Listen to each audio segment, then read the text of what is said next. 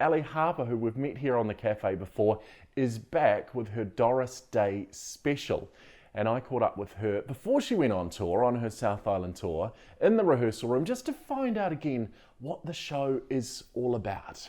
I've set it in 1971 in a Hollywood television studio, because in those days, in the 70s, everyone did, specials. You're too young to know that, and I am too, really.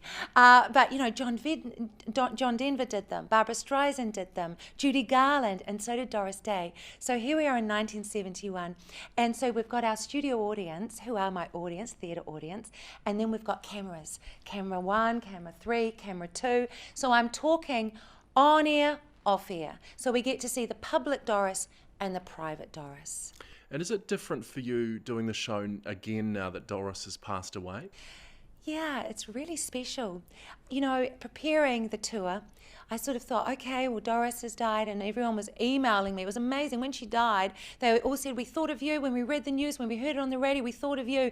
I thought, well, that's really special, because people had come to see when I'd done the other tours of the show. And I thought, okay, and people asked, will you be doing it again? So I thought, I've got to do it again. But it's not until, we've just done 2 runs of the show today in rehearsal, and we've had moments to go, oh my gosh, this is really special, more so than when we did it before. And it feels like slightly channeling. There's some really delicious moments we're rediscovering in a completely new way. What musical numbers do we get? Oh, we get beautiful ones like Gonna Take a Sentimental Journey, and really songs that everyone relates to Doris Day. Everybody loves a lover. And some also special ones that really resonate beautifully with the story that Doris sang. Some gems that I discovered that not many people have heard. And essentially, what do we really take away from the show? Okay, it's very nostalgic for many, many people. When I meet men and women after the show, the men either say to me, oh my goodness, she was my first love.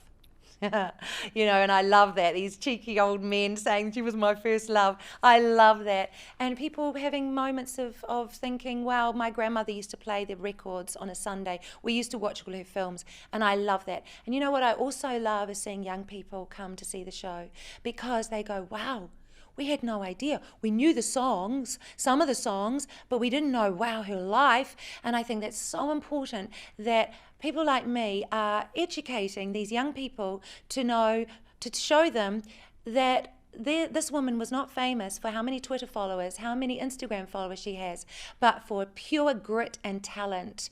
And yes, luck, being in the right place at the right time with the film director, and the party she sang at that happened, that a famous film director happened to be at that party. She got her first break.